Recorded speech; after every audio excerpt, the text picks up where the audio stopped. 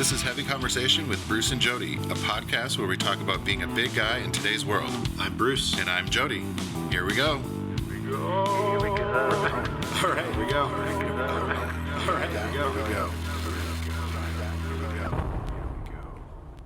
Hey, Bruce. Jody. What's up? How's it going? Good, good. It's been a long day, but a good day. It has been a long day. It feels like it. Yes. Hey, it's one of those weird, what is it, February days. It is where, yeah, I could just sleep all day. I want one of those. I need one of those days soon. Yes. But before I have a sleep day, I want to talk to you. Okay. So I think, well, why don't you share that a little bit about that? Sure. Yeah. Comment that you got shared with you or story. Sure. So someone reached out to Chubster with an experience that they had. Mm-hmm. Basically, this gentleman went to a store to try to get some new clothing, had an appointment at this well-known brand. And when he got in there, he was informed that they didn't have anything in his size, and he was directly told that he needed to lose weight. Mm-hmm. It's one of those demoralizing situations that, we've all run into and, to one extent or another. Right. And it is interesting because the brand, we won't say who it is at this point. We don't, the brand in question actually does make extended size clothing, but they don't sell it through they don't sell it stores. Themselves. Yeah. So, and it seems like, first of all, that's a really horrible way for a customer service person to treat someone, right? Like, or anyone to treat someone. Sure. Like, why would you just say, "Oh, I'm sorry, we don't have something in your size," right? And give a recommendation or suggest something. Don't just be like, "You're fat, get out of here." Right? Who does that? What is that? That's insane.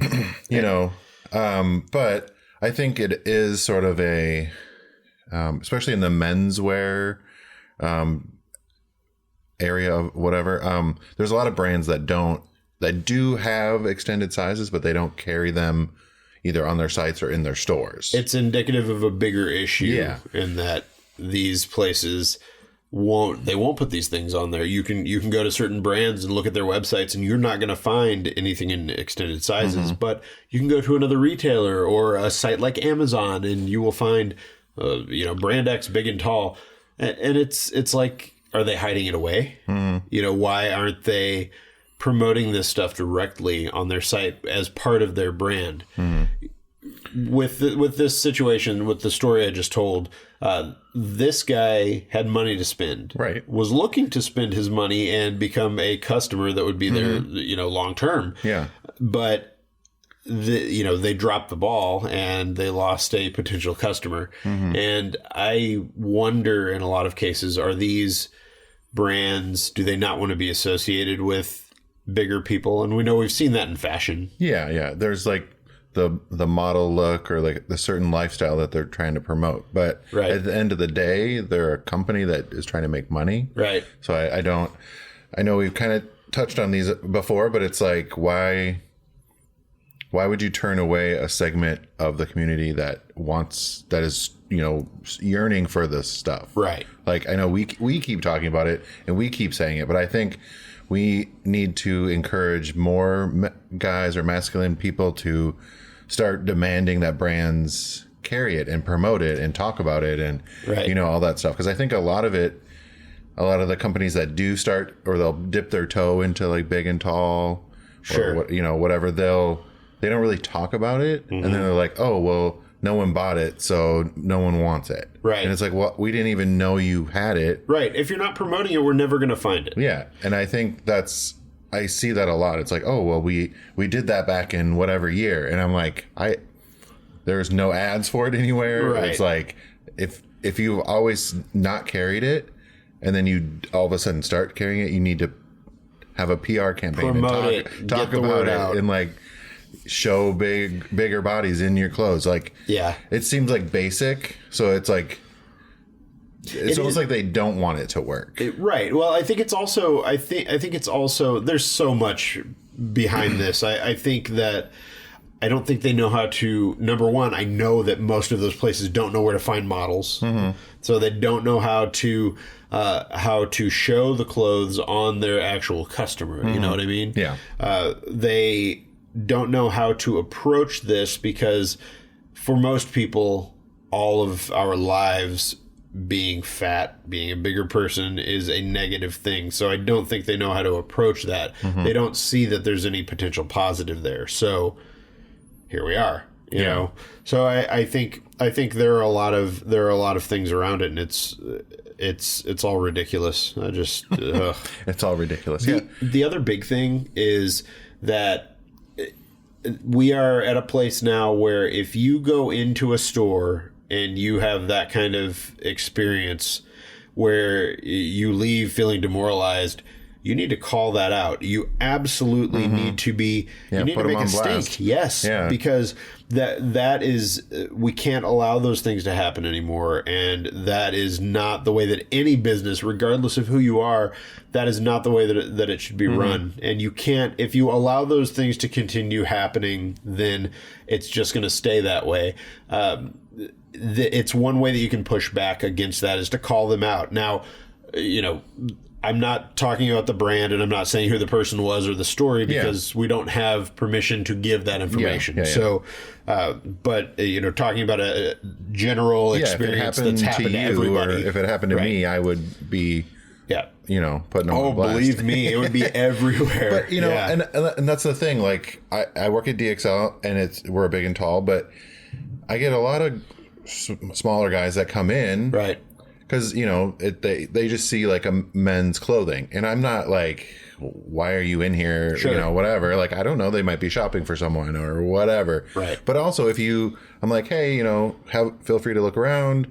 But we are a big and tall store. So, you know, whatever. And they're like, oh, well, that's awesome. Blah, blah, blah. And I'm like, oh, well, tell your big guy friend. You know, like, they could potentially tell other people about it. Yeah. So why, like, the guy that is big and you don't have his size, you still treat him with respect and, you know, do whatever. Totally. And he's going to say, oh, you know, they didn't have anything that worked for me, but they were really awesome, blah, blah, blah. Right. It's brand reputation at its most basic. Yeah. Yeah. And the fact that there are places that are missing that is insane to me. Yeah. Well, I think a big thing with that is customer service is just non-existent in a lot of places. Yeah. I think the service industry kind of thing is... It's starting to. It's that is the difference between what will make or break a lot of brands is how you treat your customers and how you're servicing them and that kind of stuff. So I think that's another aspect of it. I think too that, you know, is probably the salesperson was not a great person or whatever. You know, you can't always help. Yeah, sure. But that should be, you know, just basic part of the training that the company is giving them. Like, you're not going to, don't treat people bad and, you know, whatever. Yeah, right. And yeah, I mean, with your job, I mean, I'm sure if you came across someone doing that, it would not go well. Oh, it would stop instantly. Right. Like, actually, no, we don't talk like that to people. Right. Yeah. Yeah. So I think, but it is weird. It is still weird to me that these brands have the stuff. Like, they do have big and tall. They have big and tall lines. But they won't promote it or carry it. They aren't promoting it or carrying it themselves. Like, I guess that is why there are specialty retailers like DXL. But also, it's like, why aren't you just trying to do it yourself? Like, it's such a weird thing though, because it's like you know, sometimes you'll see brands that will try to dip a toe into this, and they're like, we're doing extended sizes now to double X, you know, and it's not even like made for bigger bodies, you know, and the models they're using don't necessarily reflect that, or the clothes don't fit the way that they're supposed to. So you get that, or you just get these brands and this stuff that is just like, it's been drilled into their heads that you have to look in a certain way to be a model, to be shown wearing the clothes, and you also have to look and be a certain way to be a customer, or they don't want you. Yeah. And I think a lot of those things are, they are issues that have been around for a long time. It's just the way that a lot of these brands have been run. It's changing, but it's also it's very easy for me to say yes, it's changing when if we're around this all the time and we see that we can see the change. But this is still a very prevalent thing. These kind of issues, this kind of like fat phobia and I mean the diet thing that's insane to me. Yeah. Anyway. Why would you say that to someone? Like, you need to lose weight. Right. What? No. Yeah, I know. We should open this beer. Yes. I need a beer. I need a beer to calm down a little bit. So this one is called Partying Past Burning Bridges. Whoa. It's a long name. It's from Fair State Brewing Cooperative. It's a microbrewery from Minneapolis again. Oh. Is Minneapolis like the Fair State? Is that? I think it has something to do with like the state fair. Oh, I see. The Minnesota State Fair is like a huge thing. Oh, yeah. So, and this, I feel like at one point in one of our earlier episodes, you told me that everything you've eaten everything fried. They fry everything. Oh yeah, fried Twinkies, fried anything. Yep. I think that's where all that kind of stuff started. Was at the state fair. Ooh, smells good. So this one is an IPA. Okay. It's a collaboration breweries is the Three Floyds Brewing Company in Munster, Indiana. Okay. Munster. Nice. What does it say? It's dip hopped IPA. Dip hopping is an innovative Japanese technique. Whoa. New to both Three Floyds and Fair State Co-op that involves hopping the wort post heat exchange. Hopping the wort. Interesting. The wort. So it's like I don't remember all the different steps, but like the weird concoction that you have all the hops and the barley and the blah blah blah in the pot, right? That's the wort, right? Yeah. Okay. It's been a while since I brewed beer, and I was like, wait, what? Okay. So it involves hopping the wort post heat exchange, but before the introduction of yeast. So it's very complicated. Something. Interesting. Dip. I was wondering because I saw it on the can and I was like, dip hopped. What does that mean? I like it. It's very smooth. It's a really drinkable beer. It has a little bit of a kick at the end, but this is good. I do like that. It's kind of hoppy, but not like crazy. Super drinkable. Yeah. I don't want to say a sweetness, but do you get that? There's like something kind of under there that I don't know. It's almost. Because I say sweetness, and it's it's like juicy. Yeah. It's good. It's or so like good. Citrusy kind of maybe. That's good. Yeah, I like that a lot. Ooh. This one is that's weird. 6.66 alcohol by volume and only a 60 IBU, so that's good. Yeah, I really like that one. Partying Past Burning Bridges from Three Floyds Brewing Company and the Fair State Brewing Cooperative. Woo! Nice. Oh, make sure you're following along on Untappd. Yes. We check in all the beers that we were drinking on these episodes, and you can try and follow along or get some beer ideas or send us some beer recommendations. We want your recommendations. Absolutely. I'm always trying to find new beer, so please toast us. You can toast your friends on there. Yes. I think I might have toasted a bunch of yours. Yeah. One time I was... It's fun to toast, and it's good to be able to go through your feed, and you can see what everyone else is drinking, and it is kind of fun. I have a friend of mine, that lives in Australia, so it's kind of fun to see all the weird different things that they're drinking down there. Perfect. Oh my god, pardon-moi. I like this. This is very good. Mm-hmm. So back to this. Pardon me. The person that I was talking to about this a little bit, before this episode, one of the things that he pointed out is that it's one of the horrible things about some of these stores is that they are willing to take our money, but not in their flagship stores, and that sucks. He says that he thinks it's a way of keeping us out of their space in a really obvious but subtle way, that they, they're kind of saying that we don't fit in. If you don't fit in, then there's no reason to be there, to come to these places. We will take your money and we will make the clothes, but we're not going to promote them. You're not going to see it in our stores. Yeah. You won't see this. You won't see these bigger people in marketing, and they're not going to spend any extra time or money on it aside from creating this stuff and letting you go out there and try to find it. Yeah, you got to dig around. And I think we, as Bruce and I, need to maybe start some sort of campaign or like a thing where we just start demanding and just start making more voices heard. Yeah. Somehow, because that's basically what it is. It's like we need people to start demanding it. Like the louder you are wanting these products, the more that they'll start paying attention, because that's basically what the women did. They're like, why aren't you making cool stuff in big sizes or whatever sizes, Right. And so I think men are not typically as concerned about fashion or whatever, but it is more and more like we are concerned about fashion, how we look and whatever.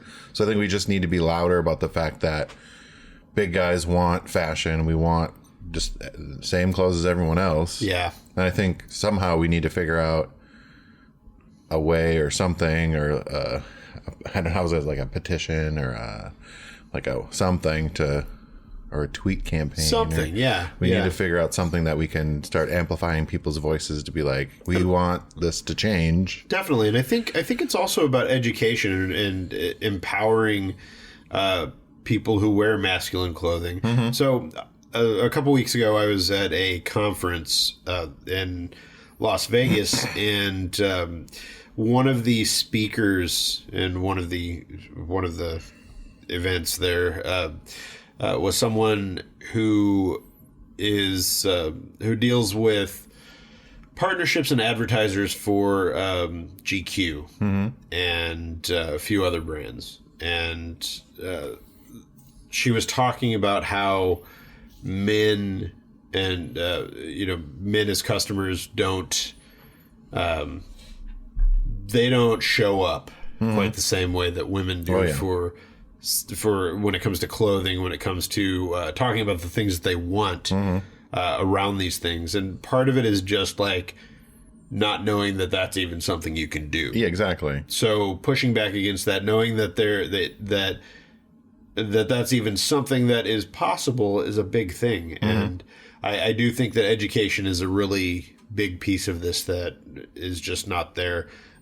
If we want things, we have to ask for them. Yeah. So you're saying that we need to educate the consumers more about that this is an option. Right. Start demanding what you want, and you'll start getting it. So we're seeing men's clothing it's a growing segment. We're seeing that style is more. It's growing faster than the women's. It is, but it's still smaller, and it's still it's way smaller compared. But right, it's growing. Yeah, and it's still one of those things where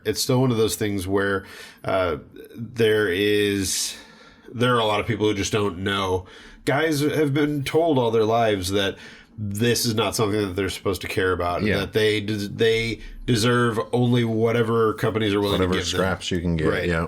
If it's out there and it's made for you, then that's what you take. And that's been that way for decades and decades. Yeah. So trying to break that and get people to understand that they don't deserve to be told that they need to go on a diet before they can fit into clothes at a major retailer, or that if someone is rude to them, if they have a horrible experience with a company, they need to call that out. It's really what it comes down to. Yeah, absolutely. You got to make your voice heard. Yeah.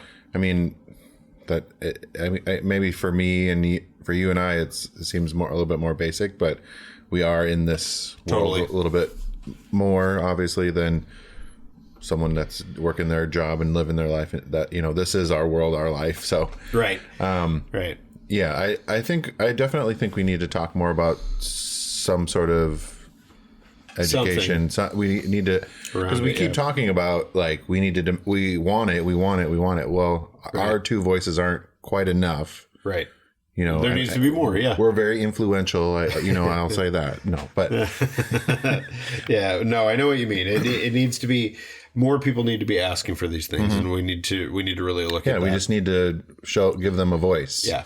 And hear their voices. Absolutely. All right. Well, it's something we can come back to. Yeah. I think it's I think it's an interesting conversation, and I would actually be very interested in hearing people's stories of, everybody has that story of going to a shop and having some kind of bad experience. Yeah. I'm just curious what other people's experiences are like and how they've handled things like that, or if they've just kind of let it go. Do you let it go? Do you try to do something about that whenever you are basically, ushered out, told that you're not enough? Or do you leave reviews? Do you call people?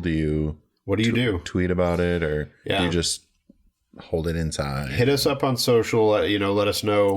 What tweet at us at Heavy Convo. Let us know where you've been, what you did when that happened, when you had a bad experience. What did you do? Right. You got to start calling them out. Definitely. All right. So we could talk about our things this week. My thing of the week is I went to my first NBA game. Oh, yeah. And you saw the Blazers and the Blazers and the Spurs. Okay. So, yeah. Cool. How did it go? So did we win? Did we? Yes. the royal we. So first off, I guess I'd say that I'm not a very sporty person. I've never been that interested in sports. I come from a family of people who love sports. Okay, yeah. It just was never a thing. I played football for a little while and hated it, and that was about the extent of my sporting experiences. Sports. And I mean, I've been to baseball games and things like that, but it was just because someone else was going or whatever. Yeah. So, my lovely wife was able to get me tickets. So my father-in-law and we went to the Blazers game. Nice. And it was awesome.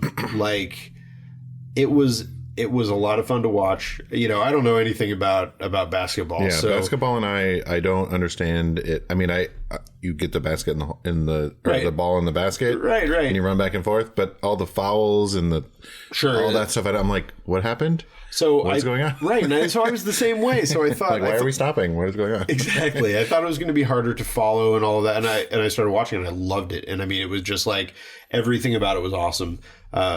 It was a close game. They're high scoring games. So, I mean, there's always something happening. So that was really interesting about it. I mean, they won. We won. Yep. I'm claiming. Yep. You got to do that. Yeah. So, and it was awesome. I mean, the crowd, that used to be why I would go to things like that, is because of that energy. Absolutely. That's what I really like about going to games. Which is awesome. But it was actually watching the game, enjoying the sport was a big thing for me, because I've never done that before. And I think that I've been thinking a lot about that lately and thinking about why. And for me, sports always kind of tied into, there was this intimidation factor with not being worried that I couldn't do something, I couldn't compete, or I couldn't play a sport, or I wasn't going to be as good as someone else. And also being a bigger kid when I started playing any sports, and just not being competitive like that. So I think recently I've kind of been like sort of dipping my toe into, am I interested in any of this kind of stuff? And, whether it's just, watching it and following some of it, or, maybe even going out and trying something. And now I'm not saying I'm going to go out and play on a regular basis or anything, but I'm saying, is there any interest here? I feel like it's good to look at that and just say, is this something that I could be interested in? Because why not? Yeah, try it on for size and be like, hey, is this, like, they have them at like community rooms or whatever, and like at the Y or whatever. You can do like those pickup games, or something like that. Is that what I don't even know? Yeah. So let me clarify. Let me clarify that basketball is not going to be one of the things. Okay. Yeah. I'm definitely, I will be watching it. I'll be a spectator because it was awesome, and I absolutely want to go to more games. But I'm just thinking about just sports in general, and just some of those things that I stayed away from because I just didn't feel confident enough. I didn't feel like there was a place for me. And I think that's the thing that it comes down to, is that as I've gotten older, I've realized that there probably is a place for me, and if not, it's something where you can make your own place. So Absolutely. it was really cool, So my other thing now, I'm just dipping my toe in here. So I watched the last 6 minutes of the Super Bowl as well. Okay. Which I know. I watched the middle part. Yeah. Well, the last 6 minutes were great. That's where they all kind of came together and they got it done, and it was fun. I enjoyed it. And so it's been just interesting to me to kind of think about these things and be like, okay, it was interesting. It was fun. I found it compelling. Am I going to be like a hardcore, sports guy? No. Yeah. But I can find the joy and the interest in that. And really, for as far as basketball goes, for me, it was there's a comedian, writer, man of many talents. His name is Ian Carmel, and he's on Twitter at Ian Carmel, and he is from Portland. So he splits his time between Portland and LA. Okay. And he's always all about the Blazers and just watching him, and he's a bigger dude, and just watching him get into it, it was like, man, I like this. I think this could be interesting. So when the opportunity for the tickets came through, I had to take it. Nice. And it was well worth it. Yeah. Yeah. You always got to jump on those. You got to try it. Tickets and go to the thing. Yeah. Right. I do that all the time. I'm like, people are like, oh, would you go to a Blazers game or a Winterhawks game? I'm like, yeah. Yeah, right. I totally would. I don't know anything about it, but I will totally go. So that's the thing is I would go again, and this time I would pay for tickets. Oh, so there we go. See, that's a racket. Something. Yeah. It's the whole thing. Right. Give you a free sample and then. That's how they get you. Yeah. So I went to a belly dance showcase yesterday. Ooh. Yeah, it was really cool. So my partner Bjorn is a stand-up comedian. His really good friend's wife is a belly dancer. Oh, nice. And we've hung out and gone out and done, and she's always kind of dancing around a little bit. And I'm like, please tell me when you have a show or whatever. Right. Finally went to one. It was amazing. It was so much fun. And there was, the more typical belly dancing, but there was also this woman that had these huge swords. I don't know what sort of swords, but she was balancing on her head and moving around. I was like, wow, oh my god, yeah, it was so amazing. And there's another one where there was a bunch of them with the little the things on their fingers, the little chimes. Oh yeah. I don't remember what they're called, but that was super cool. Because they're just doing, playing a whole long song thing. Right. I was like, that is so amazing. There's a lot that goes into that I think, you don't realize at first glance until you see something like that. And I felt like their belly dancing is really body positive. There were a lot of very voluptuous, curvy women that were doing it. Sure. And they're kind of scantily, they just have I don't know, whatever. Sure. I don't know what they're called. Bra type bustier. I don't know what they're called. And just a skirt, and I was like, and her belly is just out. And I was like, and she's moving and doing all this stuff. And it was awesome. That is awesome. There was a bunch of different, it was a big showcase. There was, I don't know who some famous belly dancer at the end. Nice. Yeah. Melissa something from Toronto was there. Hey. It's a big deal.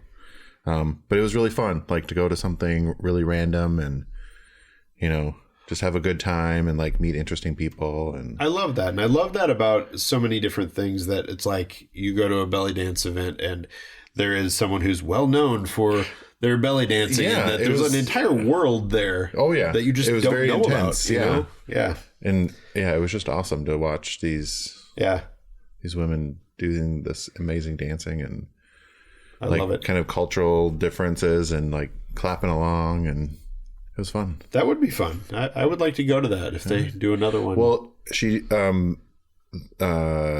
person that I know, Shanti, she actually does perform at a restaurant that has shows every once in a while. So I'm going to try and go and see her perform again. Nice. It was a lot of fun.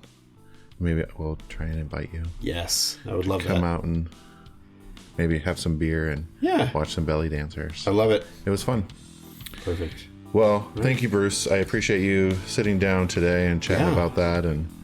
we're going to get some sort of campaign going and We need to figuring figure something something out. Yeah. Definitely. All right, everyone. Make right. sure you share this episode with some friends. All right. Please do. Go do that right now. Yes. Hit share and share with your friends. Yep. All right. Thanks, everyone. Bye-bye. Bye. Thanks for listening to Heavy Conversation. Be sure to like and subscribe on iTunes or wherever you get your podcasts.